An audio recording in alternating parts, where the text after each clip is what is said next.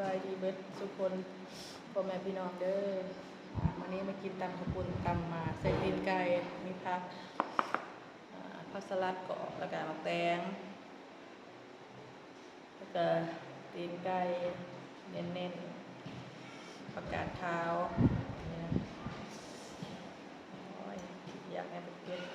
มาเด้อกินกันเด้อดูยั่วกันเด้อตำเองขออนุญาตใส่มือเด้อ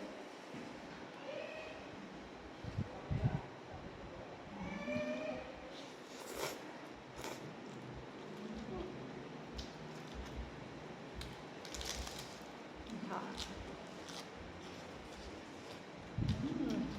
กินกัน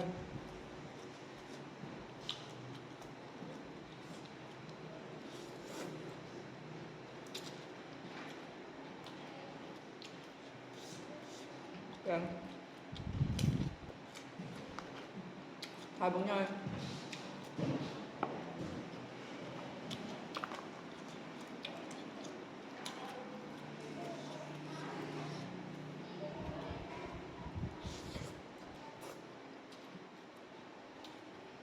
แซ่บๆ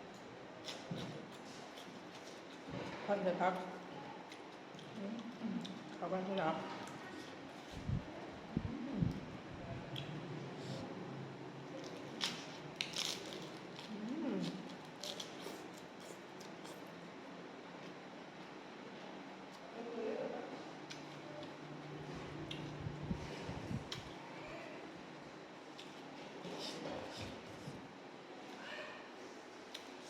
จังขอบคุณยำแล้ว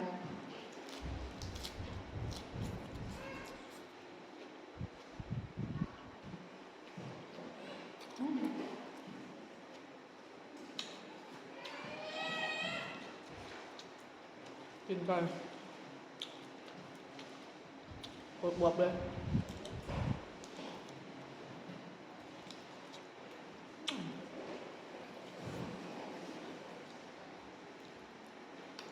ไปดี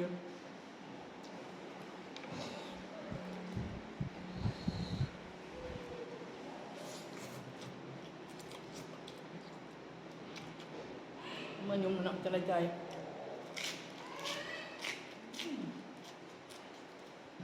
ปอกน้ำปอกมา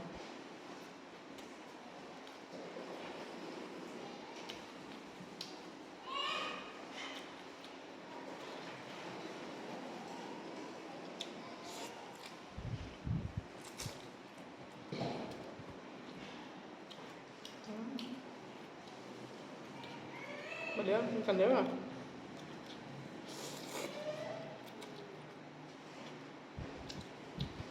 เดิน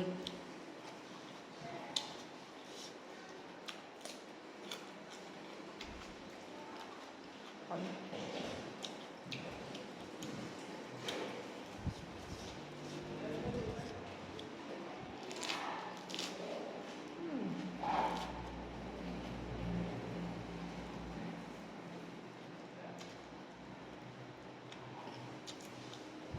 ปอกคอเกิดใจทำไมพี่น้องอ่ะไม่ได้กินโดนละวันนี้นะจัด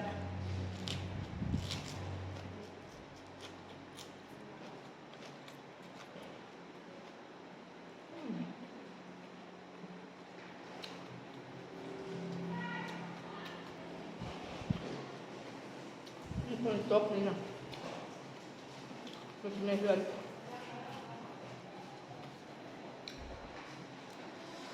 มันไปกินกัน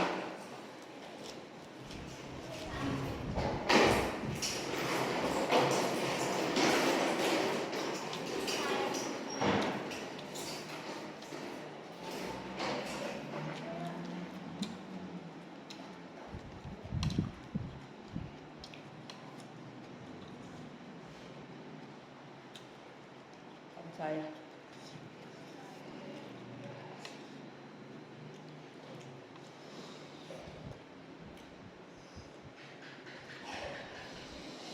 มัมกระตา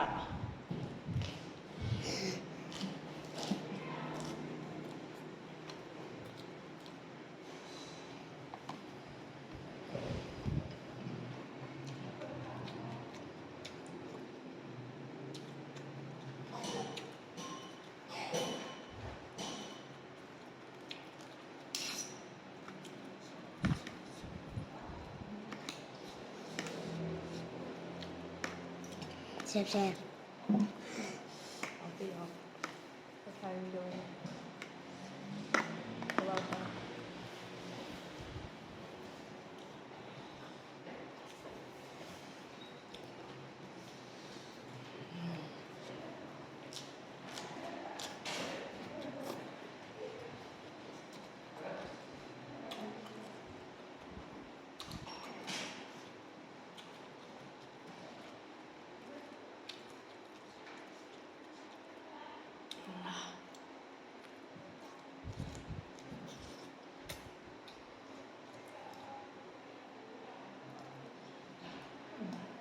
คักๆ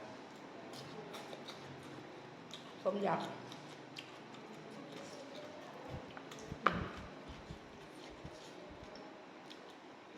หอมยำนาวนะพ่อแม่พี่น้องเลยบาดีทางพังไทยเด้อ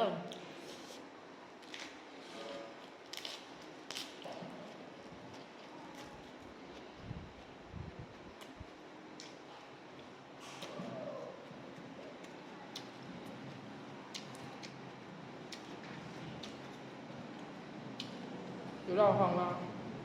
ตั้งกับปุ่น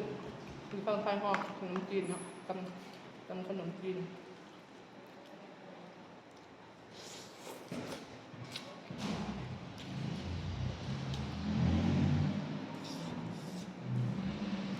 เป็นชาวหน่อย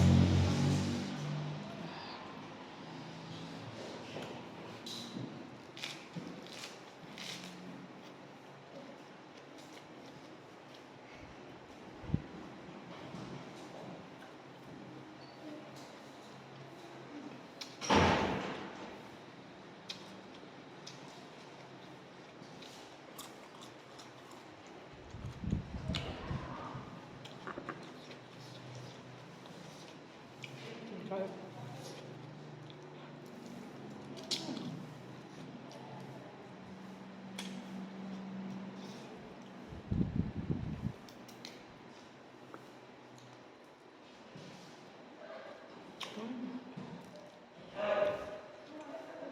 อิ่มเลย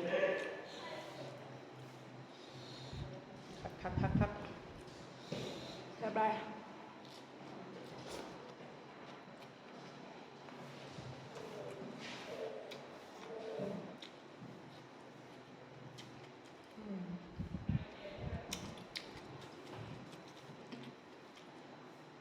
คลิปนี้ก็จะจบเพียงเท่านี้เด้อฝากติดตามกดแชร์กดไลค์ในเด้อ